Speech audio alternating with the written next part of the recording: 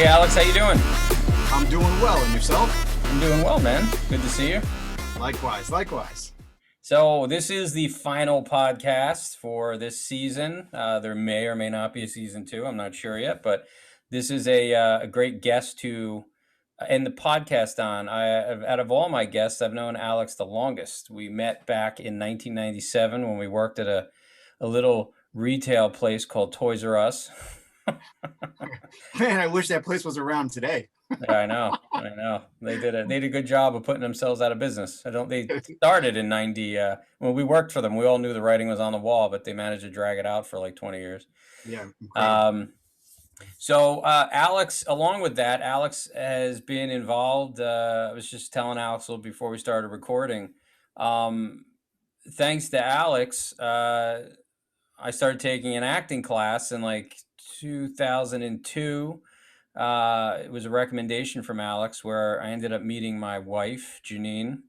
So that's kind of thankful to Alex. And then Janine and I started collaborating like crazy. And we founded a little production company we did for about 10 years called Feenix Films, which you can kind of trace then to Alex too, because if Alex hadn't introduced me to the acting class, I wouldn't have met Janine. So it's kind of wild that here we are 20 math sucks for me. 24 years later, give or take. Wow.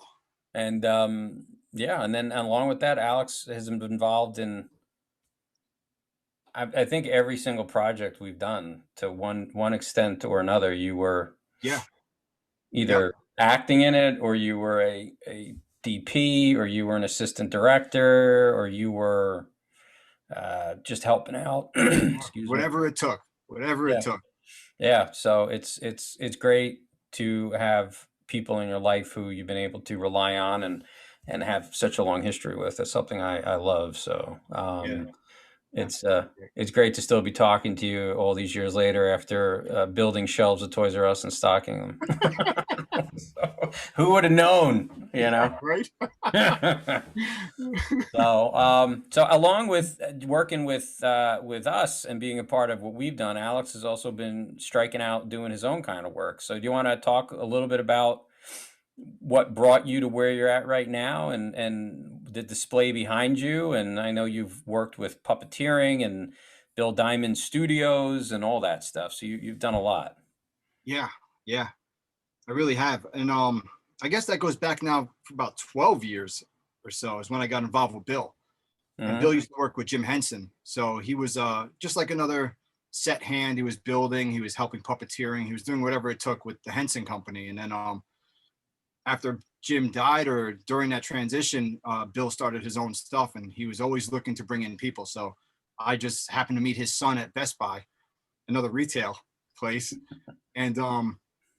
And he just like, hey, you'd have a lot of things in common with my father. Why don't you come on over and check it out? You know, he's got a studio over there in Cornwall. So I was like, yeah, sure. I'll go. Why not? And then I fell in love with the guy.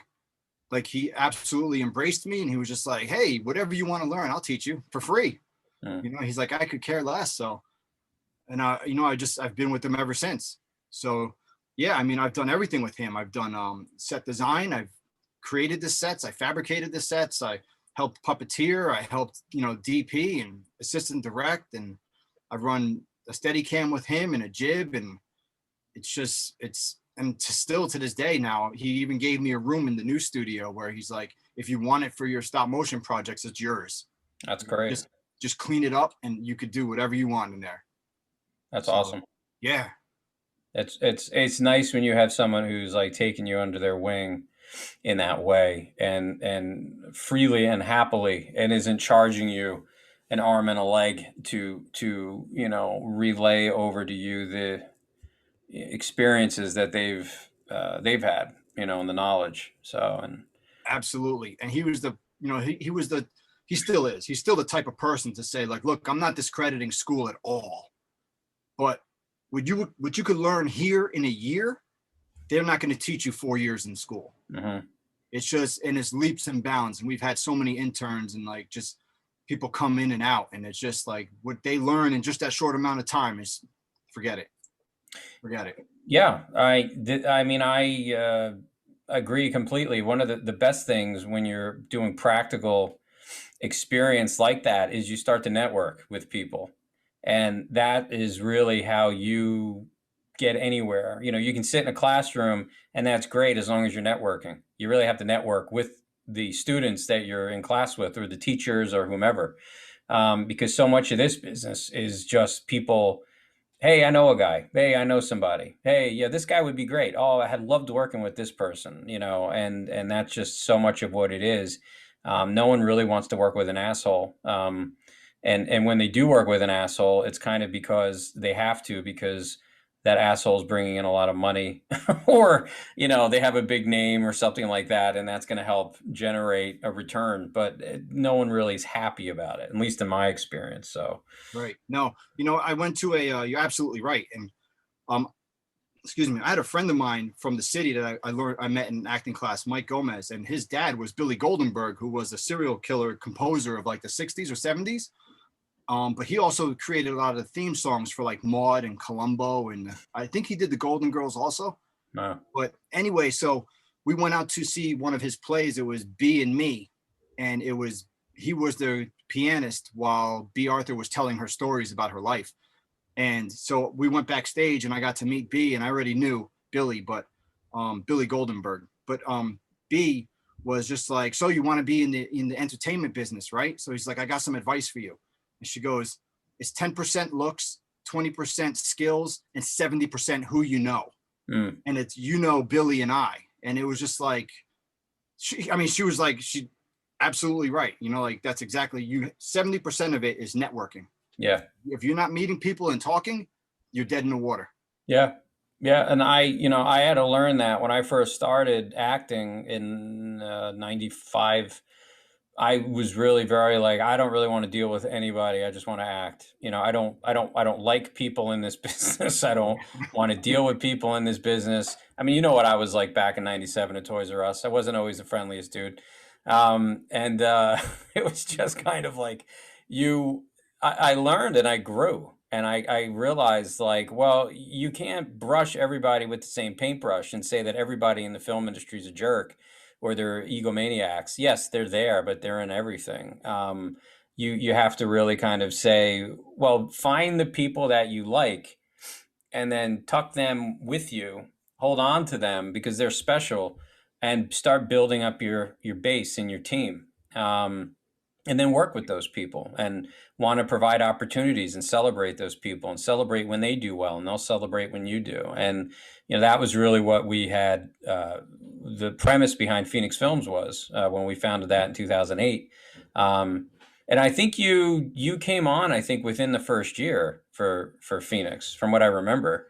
Actually, I came across an old Facebook memory with you where you said, "Dude, I just saw it like probably a month ago." It was like, "Dude, what are you're doing film now? You're making Yes. Yeah. Yeah. film?"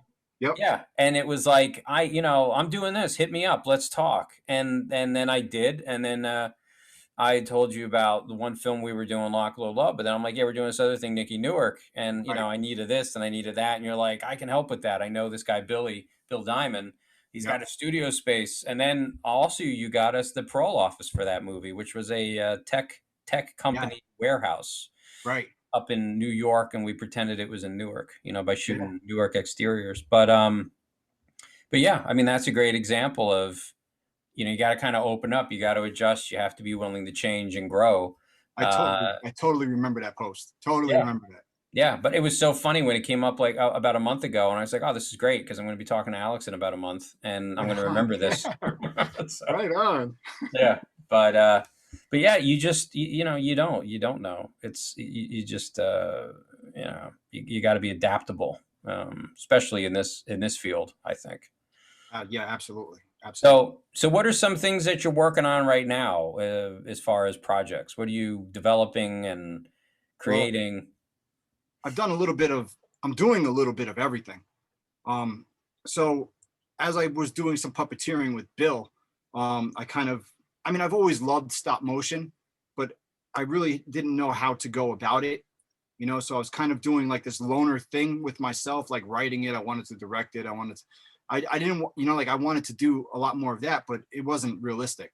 You know, like I didn't have that kind of network to, I needed someone else to do this and that. It just wasn't. So I started like, you know, maybe stop motion. I could do something. So I wrote a short story a bunch of years ago that has been revived numerous times because I think it's going to be like my Kubo, in the three strings. Yeah. Because I think that's Leica is like amazing. That's like their creme de la creme of their stop motions. Just everything about it. But where was I going with this? So what got me into this was that just the love of the stop motion puppetry and like James and a Giant Peach and Nightmare Before Christmas. So I wanted to try to do that on my own, but so I started writing my own little short stories, very Robot Chicken-esque, edgy kind of humor, thing like that, and just tell the stories in stop motion. So over the years, my home attic has been transitioning into my studio space, which is what you see now. I mean, this is years in the making. I mean, Yeah. you know, with your film company that it just didn't happen overnight. This was just years of transitioning and what do I need to change and how do I need to do this and what can help this make this easier. And Yeah, because you have in there, you have the sets that you build for your stop motion. Then you also have your green screen. You have your light set up too.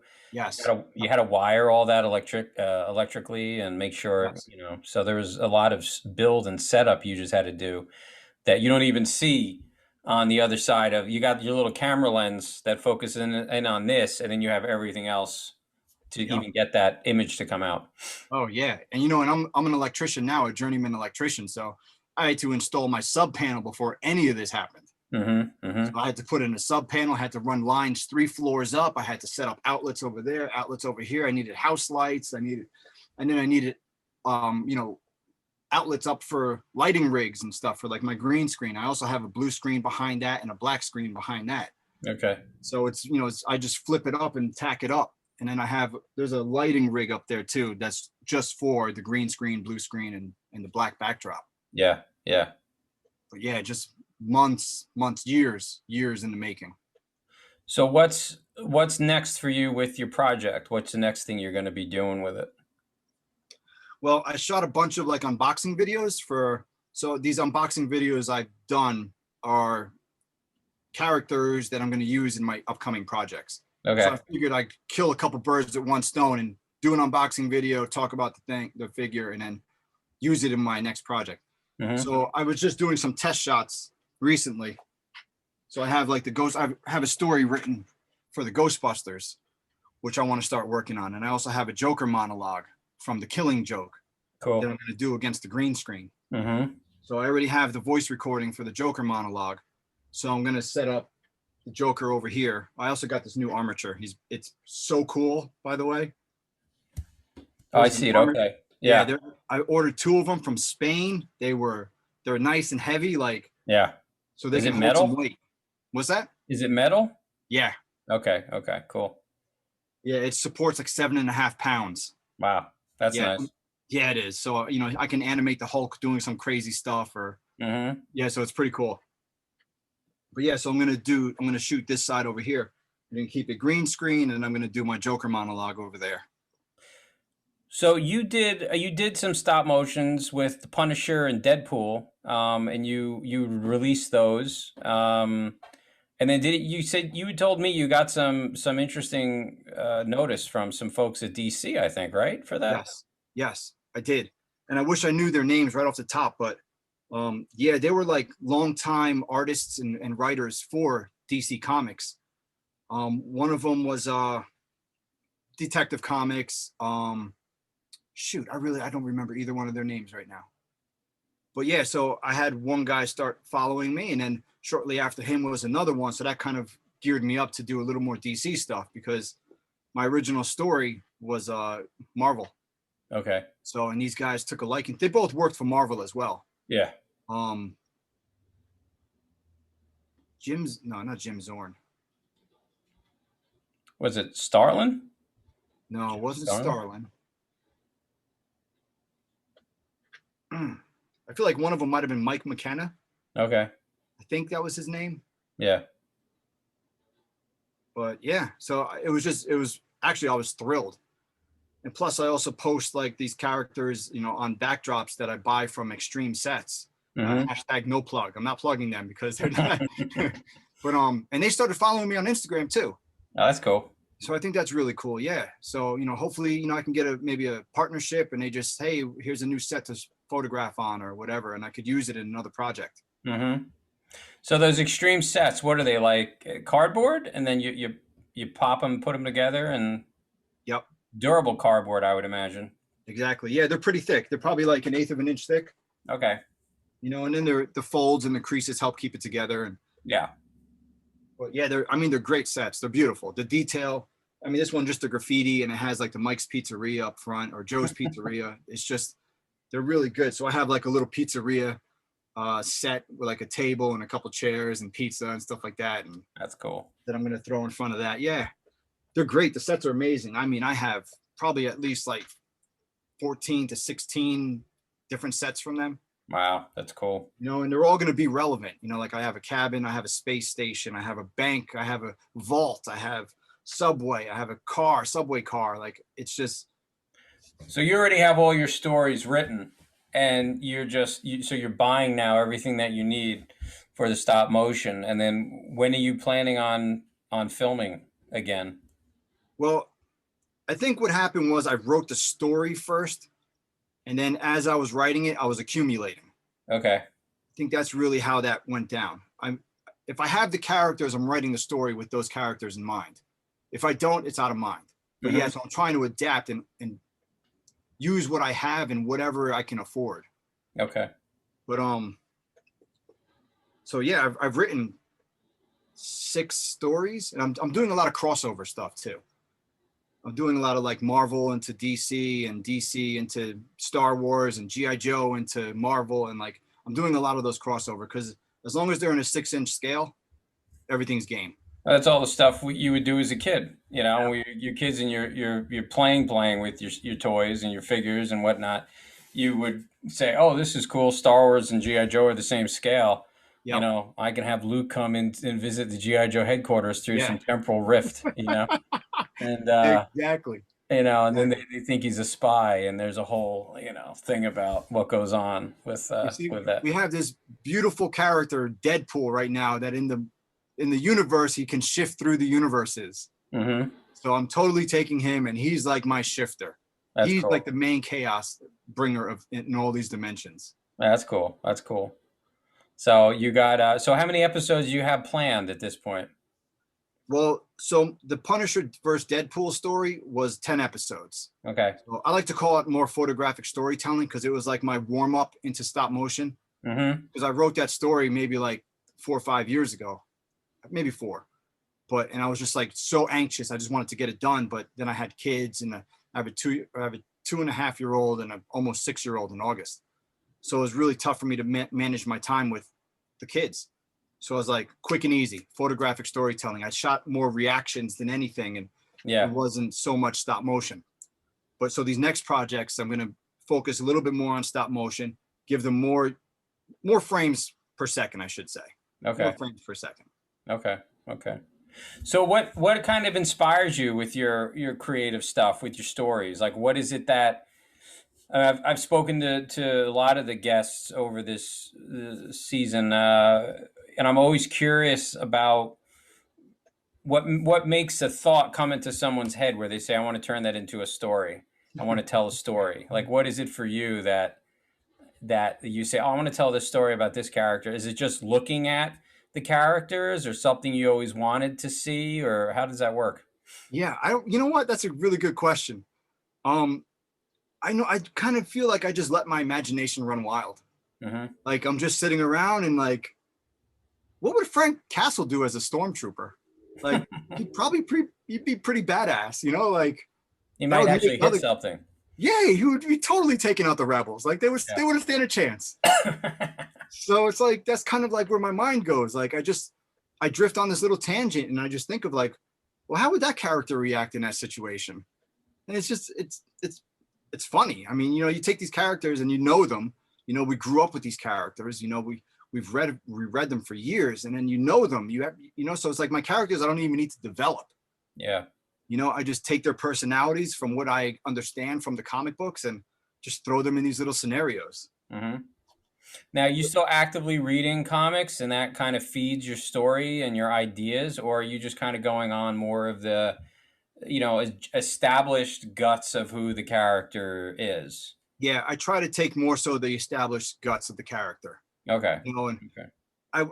I've read for a while, and it's really tough to have time for anything with kids.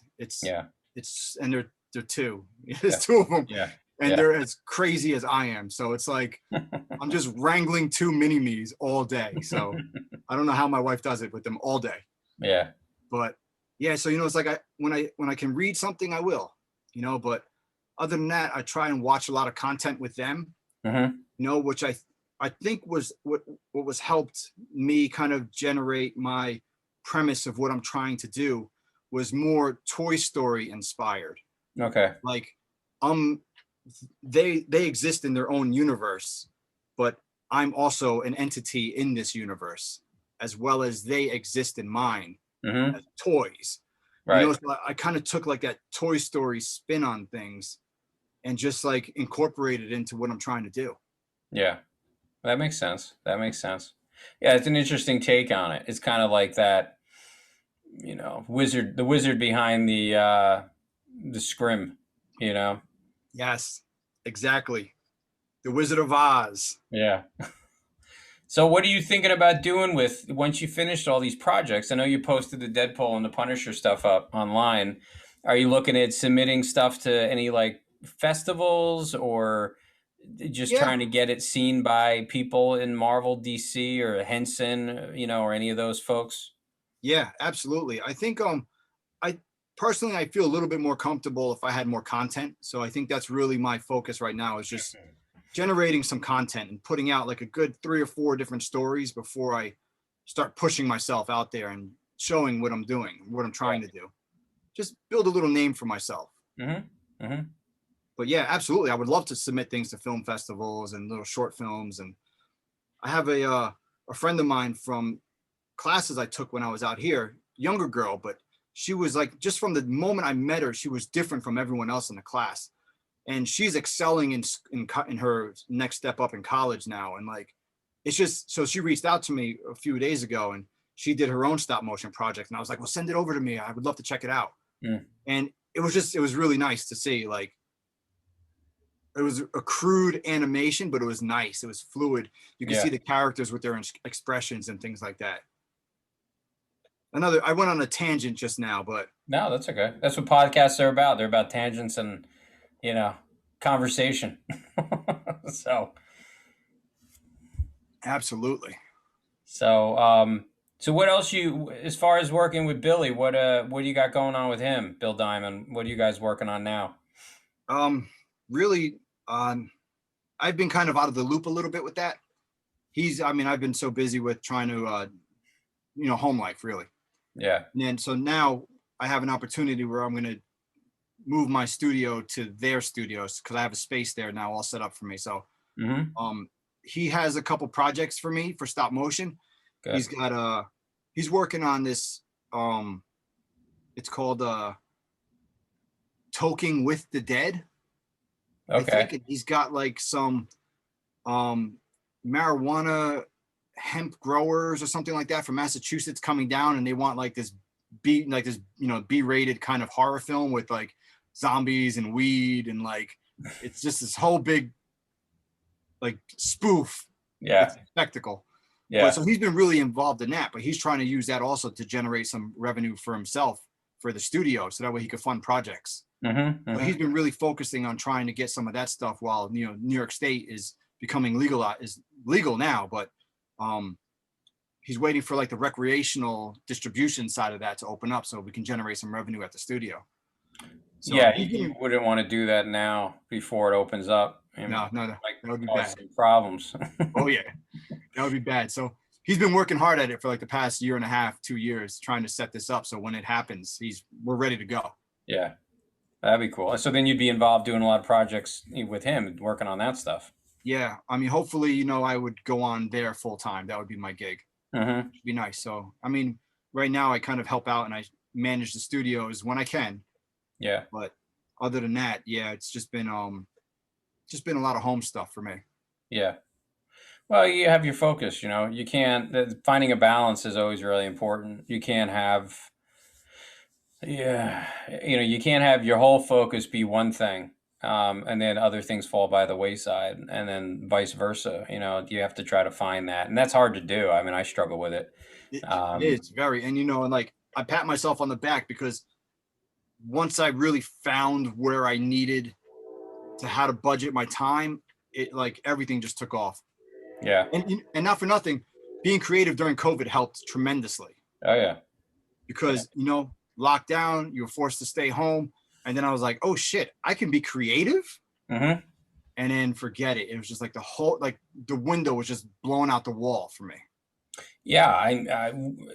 Me and Janine felt the same way. It was like, you know, after you get over the initial terror from the news that, you know, this is the zombie apocalypse is finally going to happen and everyone's going to be dead or a zombie or the survivors. I mean, that was kind of how they had us all at. But um, once you got past that, like we did, we were like, well, shit, man, we could have like a couple of months off to just do what we want to do. And I mean, I still had to work, but you know, you would do that during the day, and then you didn't have to deal with travel and you know all that other stuff, which eats up a Right. lot of your time. So we just did the same thing. We were like, let's just dive into creativity stuff. Let's just wrote. I think we wrote a script, rewrote another script, and then just started venturing out on a bunch of other things. You know, and really exploring and drumming up meetings. That was something that was really great because no one had anything going on. So you could say to, hey, you know, let's have a meeting. And people that may not have been interested in having a meeting with you in the past now had the time, you know, because everyone had time. We had a lot of time. So, Yes. it's true. You know, you turn a negative into a positive. Do a little creative jujitsu. You know, use Yes. that energy for something that is it's going to help you out. So, I mean, that's what you ended up doing as well. Oh yeah, I took total advantage of it. Like you said, after that shock value, like really, like I got to apply for unemployment, and you can't because I'm an electrician, so I can't do that virtually. So Yeah. it's like, I mean, I could try. It Yeah. might be No. shocking to a lot of people, but It's like the yeah, scene in it's The like Mandalorian when he's trying to tell Grogu, no, plug that piece in. You could be doing that to your customers and, yes, watching them get electrocuted. yes. Oh my God. So yeah, it took total advantage of it. I the shock value went away, and I was like, this is a great time for me to be creative, and I could write down some good ideas and jot out some storylines and like finish some scripts. That's when I finished my photographic story. Hmm. I buckled down for like a good 4 months and just banged that out. Yeah. Broke it up into episodes too, because I felt like too much of it at once would kind of deflate me. Hmm. So I was like, let me break it up into little snippets. That way I can keep them coming out for over the weeks. Yeah. Yeah. Yeah. That's the big thing is the content is having that flow of content coming out to kind of hook people, stick to your schedule, which is not always easy, and just keep moving forward, pushing through it. So you've always been, for as long as I've known you, you've always really been into puppets, and puppeteering. Yeah. I remember when we were at Toys R Us, you talking to me about the Muppets. Oh And yeah. I was like, dude, I haven't watched the Muppets since I was 4. And you're like, no, you got to go back and rewatch it. That stuff's genius. And I was like, is it though? And you're like, no, it is. And I went back and I rewatched it, and I was like, wow, I see what he's saying. Like, it doesn't speak to me in the way that you do, but I can recognize the talent in Yeah. doing it. Whereas prior to that, I just was like, yeah, that's stuff you watch when you're a kid. And then you go back and you're like, well, but wait a minute though. Those real, like when I look at Bert and Ernie or Kermit the Frog, I went back and watched when we got Disney Plus. I went back and watched the Mark Hamill Muppet episode. Yeah. Um, and I was like, you know what? The crazy thing is I really believe he's interacting with all of these Muppets. Like I'm totally buying it, and none of them look real. It's not like Yoda, from Right. Empire Strikes Back. Yeah. Um, Yeah. I'm like, yeah, no. So Mark Hamill is talking to, all these Muppet characters, and they're talking back. So is that what it is about the puppeteering that speaks to you and has spoken to you for all these years? Is that what is it about it? I've always found that interesting. I'm curious about it. Yeah, I think yeah, part of you kind of thinks that they're talking to you when Hmm. you're interacting with them, especially for Sesame Street. You were always like Yeah. talking to these puppets, or they were having these conversations and involving you in it, breaking the fourth wall. So yeah, I mean, I've always just loved it. It's really awkward when you're on set and you're trying to talk to a puppet because you kind of naturally want to talk to the puppeteer, but Yeah. it's always awkward. It's always awkward, but yeah, it takes a lot of talent to just focus and just talk to that puppet. Hmm.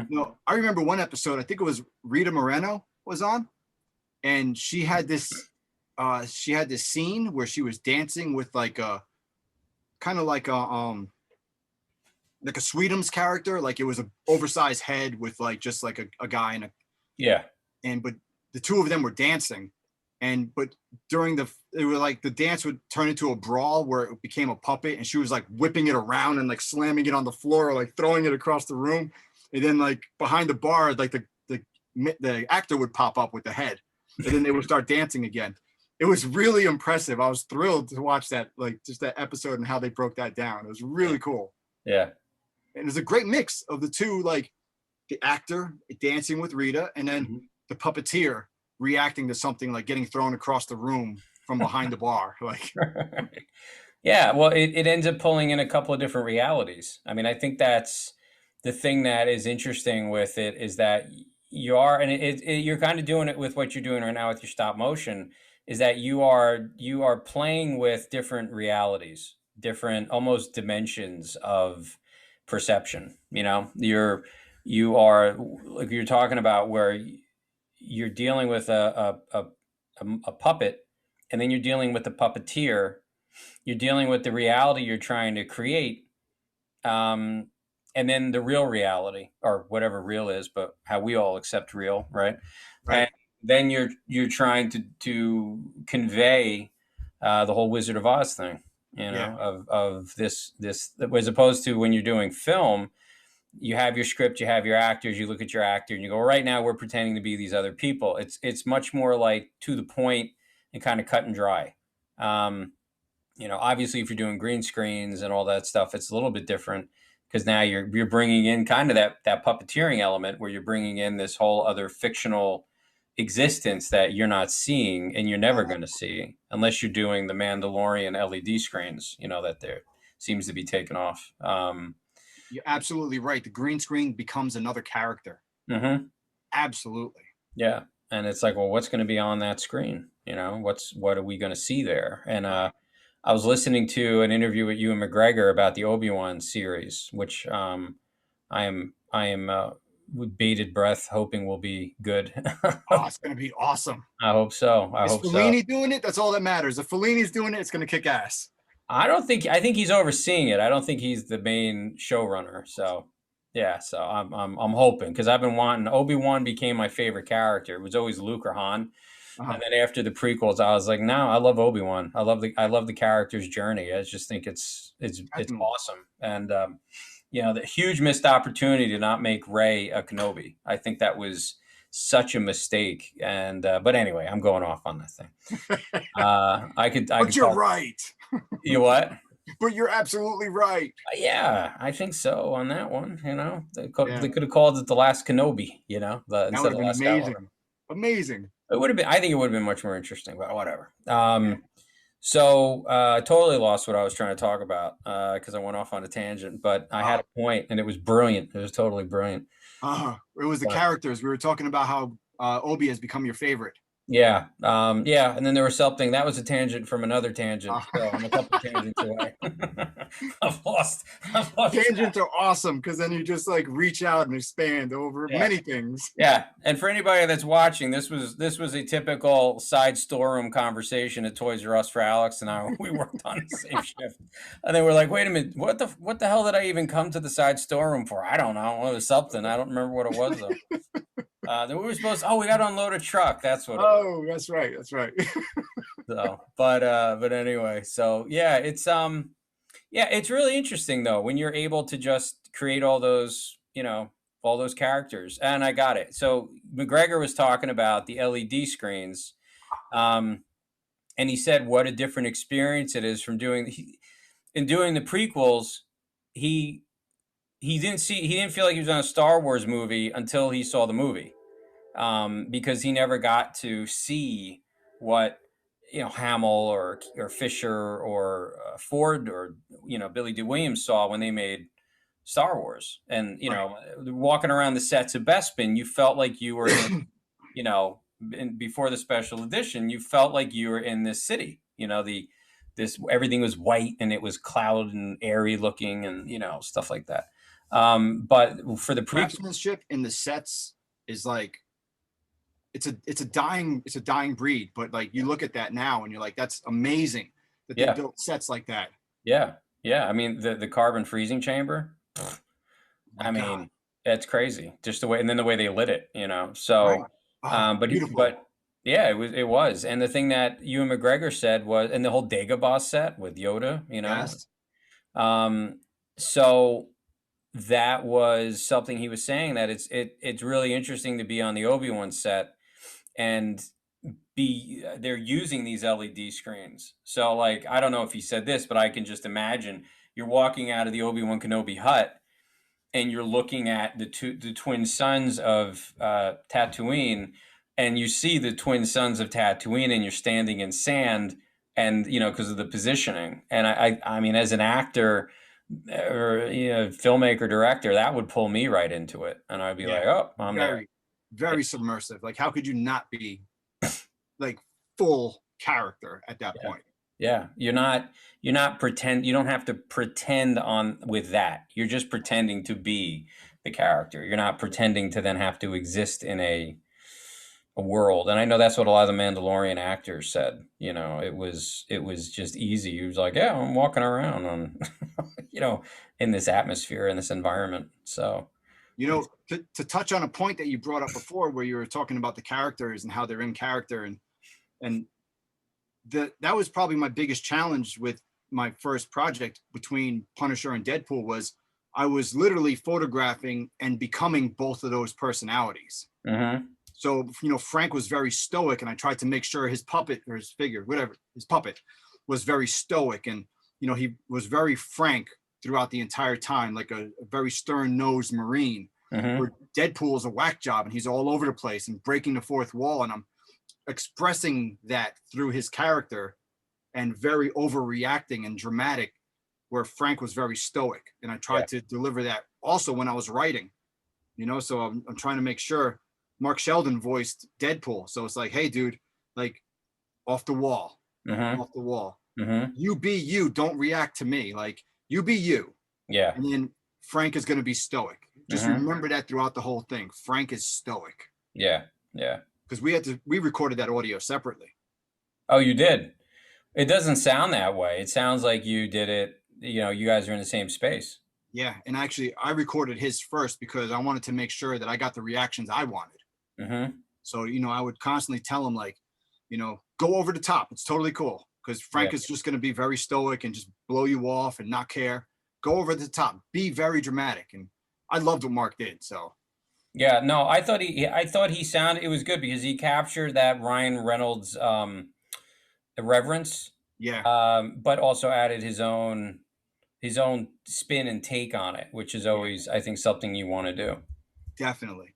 That's the same thing I was telling my buddy Johnny, who did the audio work for the Joker Killing Joke monologue. hmm Like, he loves Mark Hamill. Shout out to Mark Hamill. Like, he's just like the Joker. hmm It's really tough to when it comes to voicing, it's Hamill. Yeah. So he's very, like, loves Hamill. He wants to deliver a Hamill-esque performance. But I was like, but make sure it's you. hmm Like, I want your spin on it. It's great that you're paying homage, but I need your spin. Yeah. Because you're not going to replicate Mark Hamill. Stop, bro. Like, no. No, and I noticed on the new DC movies, they have a lot of new voice actors. They're not using Kevin Conroy as much or Mark Hamill or And Conroy was Batman, correct? yeah, yeah. I've noticed that the voice actors for the Joker, there's always it's what the one guy, I think his name is DiMaggio, Oh, okay. does the new Joker voices a lot of times, Oh, and he does the Mark Hamill laugh, but then he adds a deeper register to the Joker voice, which is interesting. So, and then he kind of moves around a lot, in the different inflections, and I kind of feel like between Ledger, Hamill, and Nicholson, you've really had, I'm not a big fan of what Jared Leto did for the Joker, except in the Snyder cut for his couple of minutes. I was like, okay, I'm digging that Joker. I just didn't like him in the Suicide Squad. But that's me. Joker's my favorite villain, so I'm always a bit of a fanatic when it comes to, his stuff. But no, absolutely. Yeah. What did yeah, you think of Joaquin's? I didn't see it. Ooh. Yeah, I skipped it. I just wasn't into it. I don't know why, but I just was not. I couldn't get motivated to watch it, and I was like, "This is crazy. He's my favorite villain, but I'm just not." I saw clips. I think what it was is I saw clips, and I'm still waiting for the definitive Joker. Um, and I just feel like we haven't gotten him yet. I was talking to uh, one of the guests on the podcast, Joe Kane. He's a huge Batman fan, and Joker's one of his favorites. And we talked a little bit about it during the before the show and then after, and during, if I'm remembering correctly. But yeah, I just don't feel like we've gotten the Joker yet. That you like. I would love for them to cast Tom Hiddleston. He's Okay. great. He's great as Loki, but I feel like he's the Joker. And the thing that I feel is always missed about the Joker is the reflective side of the Joker. That part of him that's and Ledger did it a couple of times where he just kind of sat and you could tell he was thinking about stuff. And in that super conscious psycho mind, wondering, well, what do I want to do next? And Mhm. that groundedness is something the only one who ever really did it with was Ledger in looks that he would give, Mhm. from time to time. But mostly there's just hasn't been that guy. And then when I saw uh, the clips from the Joker, I was like, nah, I don't feel like they did it there either. Maybe one day I'll get a chance to direct a Joker in a movie, but I would love to see Tom Hiddleston. I used to want oh my god, I just forgot his name. From Hugo Weaving Okay. back during like the 90s when they were talking about David Fincher possibly making a Batman movie. I was like, "Oh my god, they got to get Hugo Weaving." It's the face, it's the height, it's the whole presence. Because I think the Joker is supposed to be like 6'5" and weigh like 120 pounds or something. He's supposed to be a rail with like ridiculous strength. And then I think they've now adjusted the height to something a little. I think he's more like 6'1", which is still pretty tall. Um, but yeah, I mean that's anyway. But what did you think of the Joker movie? Did you feel like they Um, got it? I looked at it in a different way because I I really enjoy Joaquin as a performer. So I enjoy his take in. Hmm, I wasn't thrilled about his take. Let me say, all right, I'm messing this up, right? So what I liked about the movie was it was a different perspective. It was showing more about like his sickness Mm-hmm. and how he was coping with it, and Mm-hmm. how he was transitioning and not taking his medication, and how he was becoming free and Mm. just not giving a shit anymore. Yeah. And you really saw Joaquin did it. I thought it was a great performance in how he transitioned into the Joker, Yeah. which is what I liked about it. Like I like different takes and different spins because sometimes Warner Brothers, I can't with them sometimes. Like I just don't get it. I don't Yeah. know what's up with their executive producers, or I just I don't understand what they're trying to achieve most of the time. They're exhausting from a fan standpoint, and I don't think it's the whole company. I think it's just certain people who I don't know if they're trying to do agenda filmmaking, which we'll touch on a little bit later, but or they're just kind of like, we want to do what we want to do. But I mean, I saw Zack Snyder's Justice League, and I'm like, that's DC, modern mythology. Marvel is fun superheroes. I love Marvel movies. Most, not all of them, but I most of get them. you, but yeah, they're fun superhero They're movies. fun, high level, bright superhero movies, and um, they touch on some stuff. For me, they're getting a little too agenda driven recently. I'd like them to just focus a little bit more on just telling good stories, and you don't feel like you're being preached to. And if there is a message, kind of do it like Star Trek, where you walk away, the '60s Star Trek, and you go, well, that's an interesting point. Not that you put someone's head in a garbage can and banged it for 45 minutes or 2 hours, which is kind of what they're getting into, I think. Oh But with, yeah, yeah, but with DC, I mean, I saw the Zack Snyder's Justice League, and I'm like, yeah, the dude is trying to tell modern mythology, talking yeah, about gods and heroes and warriors, yeah, and that's what DC is. It's that superhero modern mythology around the campfire story. Um, absolutely. and Warner Brothers is terrified of it. They don't want to do it, and they are. But now with them getting sold to Discovery, Zack Snyder, I've noticed. I don't know if you've noticed. He's been speaking out a lot more bluntly than he ever has. So I think he knows that there might be a shift in the air, and his vision might get Picked get up. shown, might get followed because he knows the people that were trying to squash him and harass the hell out of him are probably on their way out. So, and it's going to be interesting from a dork filmmaker perspective, but I'm curious to see where it goes. But yeah, I agree. They've frustrated the shit out of me to where I just Ben Affleck to me was one of the best Batmans ever. Henry Cavill, one of the best Supermans. Not that you can't have different versions of those characters, but at least do something with those actors and those roles. They're fucking perfect. Yeah, right. Um, The acting chops is just incredible. yeah, And yeah. And I mean, I never was a big Ben Affleck fan. And when he was cast as Batman, I'm like, oh, there we go, ruined it. You ruined it.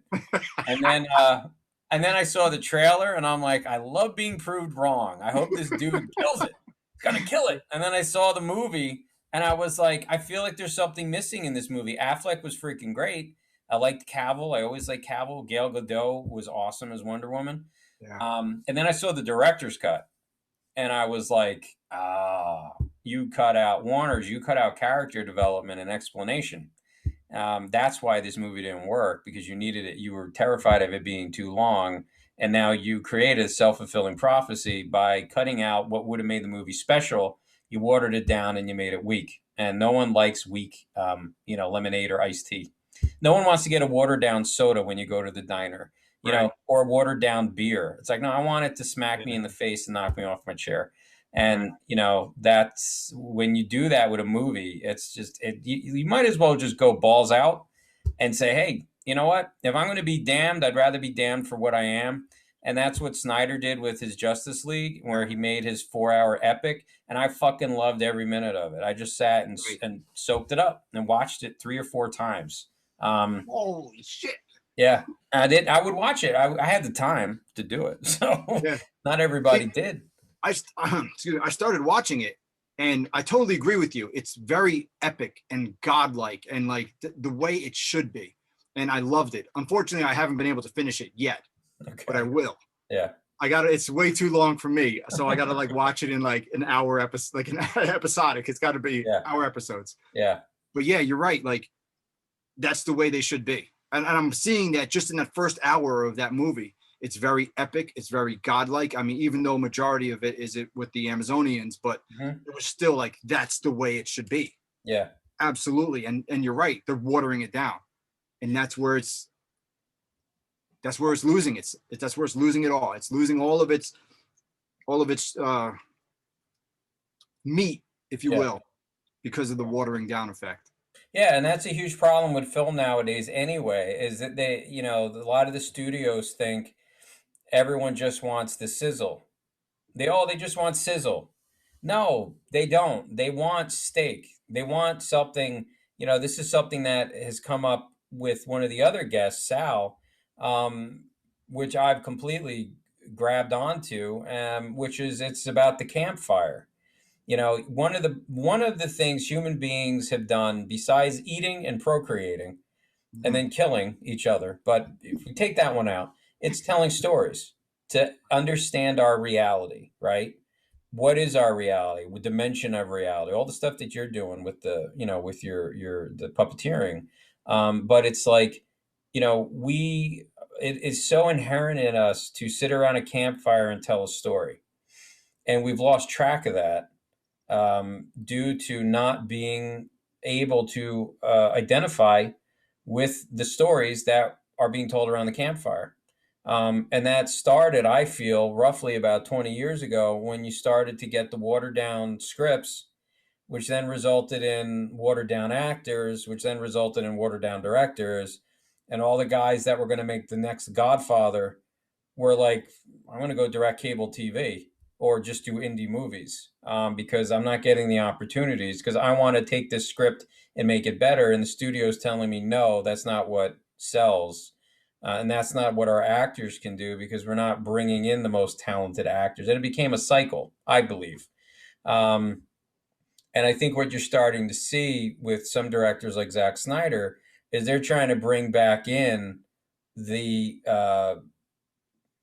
integral element of campfire storytelling, which is about how do we live in this world? How do we identify with it? And what do we strive to be?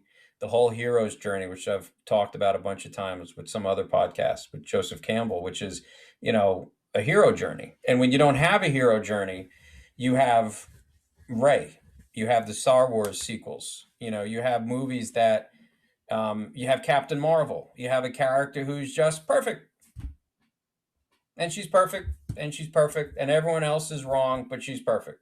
As Right. opposed to Luke, who's a whiny brat, and then is an arrogant brat and a hot-headed brat, and then he gets smacked, big time by his hand getting cut off and the shit getting beaten out of him by his father, Right. literally.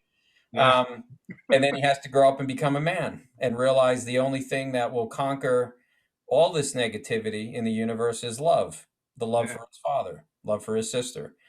And it's constant pursuit of hope. Yes, yes, a new hope. And that's what fucking filmmaking is. That's what storytelling is. Whether you're doing puppeteering, comic books, movies, indie movies, studio films. And when you lose sight of that, you lose the audience. And I That's feel right. like, Your audience can't identify what good are you.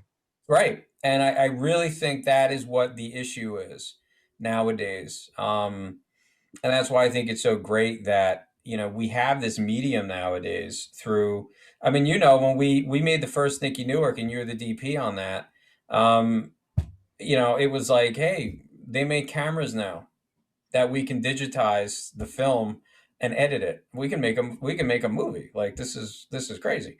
Of course, I had no clue about sound or some of the lighting that we needed. So we were always trying to just make things work, and Yeah. sometimes it did, sometimes it didn't. But now with the technology you have, it's just, you like we did with Clandestine, we shot a movie that most people think we spent 2 to 3 million on, and we spent at the end of the day 56,000 to make that from beginning to end, Right. and got a name actor in it for that. So, Yeah. you know, I feel like we are starting to be able to break out of um, that the constraints that the industry kind of imposed on filmmakers and audiences. Now, this is what we're going to make, and you need to like it. And there's this critic, Chris Gore, this film critic, who I think he used to be on MTV. I'm not sure, but I just watched a video 2 days ago. I'm going to put a link on it with this, where he talks about that. How I think he said 97, 98% of studio films are garbage because they've forgotten the importance of storytelling. Um, It's all about generating revenue to them. Yeah, that's exactly what he said. It's, well, if we, and there is an element of truth to that. We made the first Nicky Newark, and our friends and family saw it. After that, no one gave a shit because I played the lead, and no one knows who I am. So we weren't going to be able to make millions of dollars on that movie. So there is an element of truth that you have to get a recognizable person who's going to generate revenue if you want to have it be a real business venture. and Right. get money back for your investors. Right. And that's something that we've learned, and we're making those adjustments moving forward. Um, but it's a business, but you also have to realize what you're in the business of. You're in the business of entertainment and telling stories and um, you know providing escapism and experience for people. Whatever that is. And however you're going to do that. Yeah, definitely. If you're not providing an escape, I mean, that's the whole point of watching a movie. So you can just venture off and just shut off your mind and just go into this and experience whatever this lead character is experiencing, and just that's your escape. Yeah, Um, you yeah, can't. You have to. That's it's the essence of everything in filmmaking.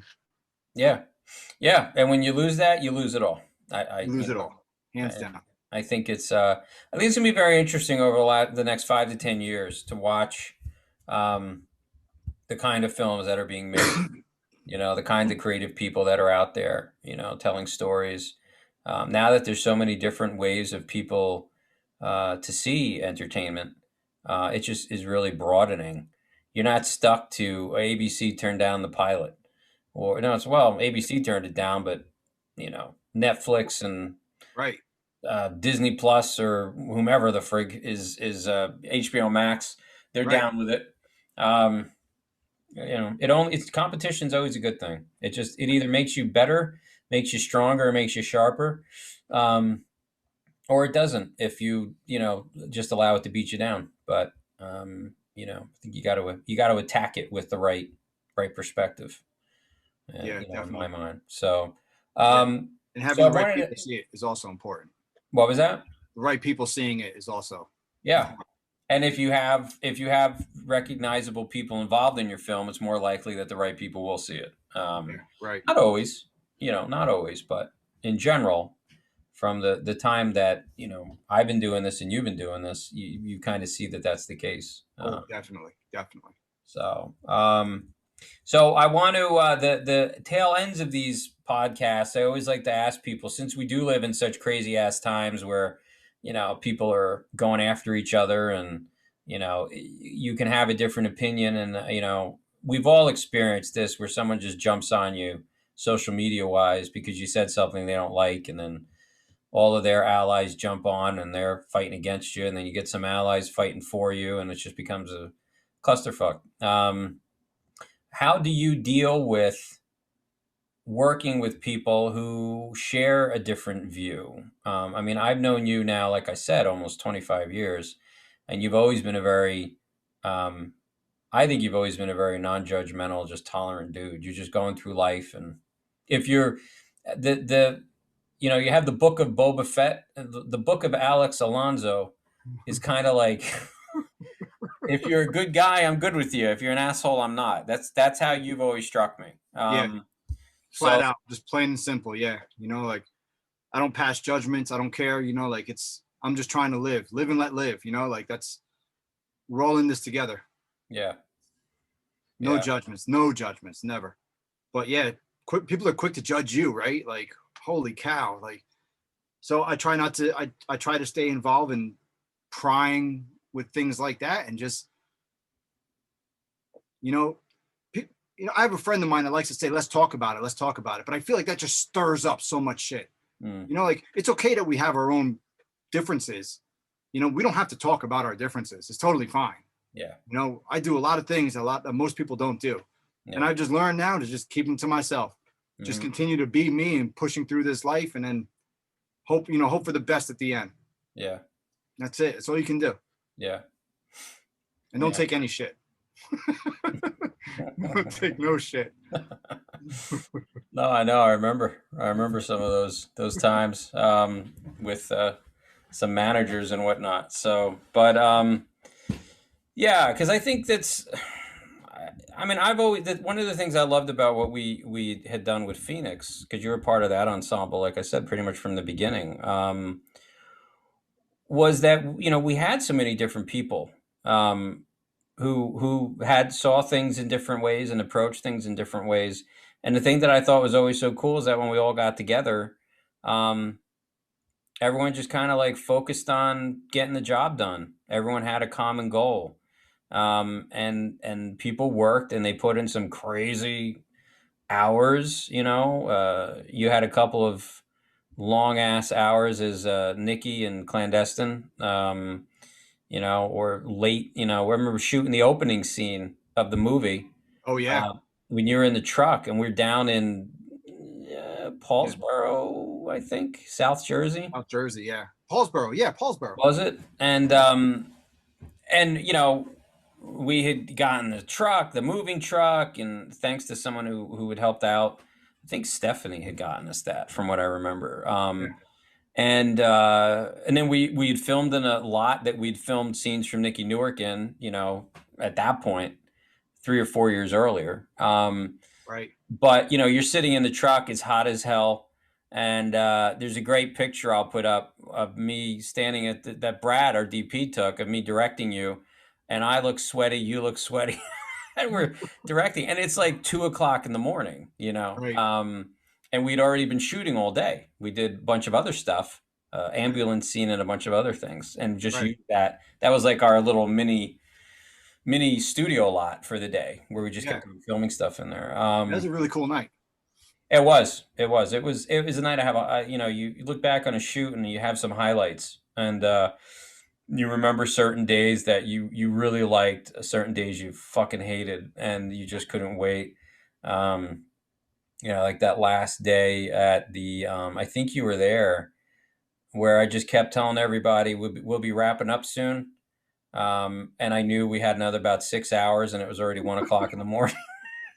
And we had that scene. I always called it the hub scene, where Janine's character, Agent Scott, is doing like a whole breakdown. It's like that explain what's going on scene.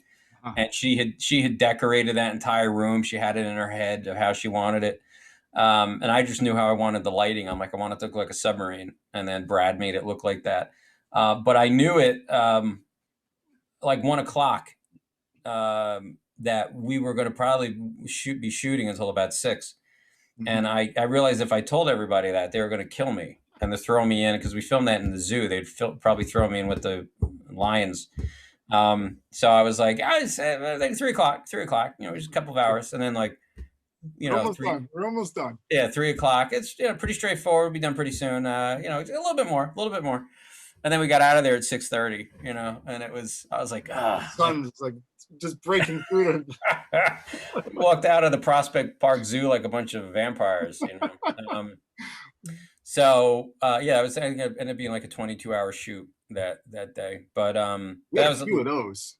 we did. We had a couple, you know. Yeah. We did. We had a couple that were really really rough. And if you have everybody at odds with each other, Oh, forget it. fuck it. It's not, you can't do it. Yeah. You're not going to be able to do it, because everyone's going to just say like, you know, I don't want to be around this. I'm angry already, and now, you know, I got to deal with, you know, with that. And I mentioned this prior, but we did have somebody who started talking politics one time during one of the shoots, and you weren't at that one, and I just said these, and then you know, she was a little perturbed about it, but I just said, listen, you got to understand, you start dividing people. Yeah. I need everybody on the same team, on the same crew, with the same goal. And now you're starting to put seeds of doubt in people's heads about who, you know, who's who and who believes in what, and the judgments. And then you do that, you just sank the whole ship, and we can't do that. So, and to her credit, she, like I said last time when I mentioned this, she really kind of, you know, she never did it again and was a really big asset. So, but yeah, I think it is such a challenge to make film and, you know, get things done, and just keep on pushing forward. And you know, and nowadays with people having sometimes very sensitive reactions to things, it can be hard. Oh yeah. Challenge. It's a challenge. It's a challenge. Yeah. You kind of just have to look past all that, and you know, like I keep thinking open-minded as you're talking. You really have to be open-minded. You can't go into it putting up walls, or, you know, like I can only stand for this, or you got to be open-minded, because, you know, we're all doing this. We're all volunteering. We all have this common drive, and we all want to produce something great. Mm-hmm. You know, that's all we need. Yeah. All we need. We don't need, like you said, the division. We don't need that. We don't. There's a time and a place for everything. Yeah. This is not it. You Yeah. want to be creative and kick ass here? Bring it on. Yeah. And I think that's, that was why I wanted to try these podcasts for this year. Um, was I kept thinking, like, as I was looking at things getting more and more divided, I was sitting thinking like, well, when you do a film though, you're able to accomplish something. And I think, what I've kind of learned is from doing all these and talking to all these different folks is that, there's when you have a common goal that you're all passionate about, you really can accomplish wonders. Mm-hmm. People can really do things they never thought they could do, um, push themselves to places they never thought they could push themselves. And I think that's really the beauty of what people can do when they're not allowing themselves to be distracted by divisiveness. Is focus a little bit more on the fact that we all breathe the same air and we're all living on this earth. Everyone All we've in it together. yeah, everyone we've ever known, anything we've ever believed or been taught is all on this little blue planet, in a vast, expansive space. Um, and it's really foolish to allow yourself to get so wrapped up in hate and anger that you just tank everything and fracture so much. And I think that that's what I love about when you're able to do something creative is that people kind of I know I believe different things, but um, I'm working on something with this person, and fucking love how talented this person is, or their drive or their ambition or how they, found that character or fixed that problem or lit that scene or, came up when, became the MVP for the day because of A, B, or C. So, Yeah. yeah, it's been an interesting experience doing this Yeah. thing. Yeah, I agree with you. As a whole, as a society, we need to really embrace more of that rather than listening and dividing. Yeah. Yeah. I totally agree with you. So, well, man, this is the final podcast. As I said, I am very happy that you were the final guest, and that Pleasure's all mine.